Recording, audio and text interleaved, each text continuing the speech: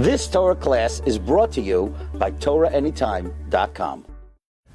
So the Sar HaOfim has a dream. He sees in his dream that he's carrying a basket of bread on his head and the birds are eating from the basket. And Yosef HaTzadik interprets the dream that he will be hanged by Paroi, and in 3 days birds will be eating his flesh. And the question is, how does Yosef see in the dream of the Sar HaOfim that he's going to be killed by Paroi and that the birds will be eating his flesh? He saw nothing of the sort in the dream. In the dream he just saw the birds eating the bread off the basket on his head. So Rabbi Meir Shapiro explained with a story.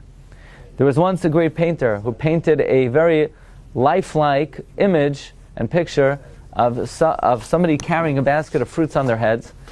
And this was such an incredible painting. It was so lifelike that birds actually came to come eat these painted fruits off the head of the painted person.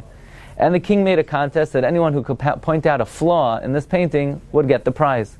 And one pikeach came along and he said, yes, this is a very lifelike painting. The fruits certainly look like they're actual and real. However, he pointed out that there is a deficiency in the picture of the person. Because if the person was lifelike, then the birds would have been scared of the person and the birds wouldn't have come to eat the fruits off of his head.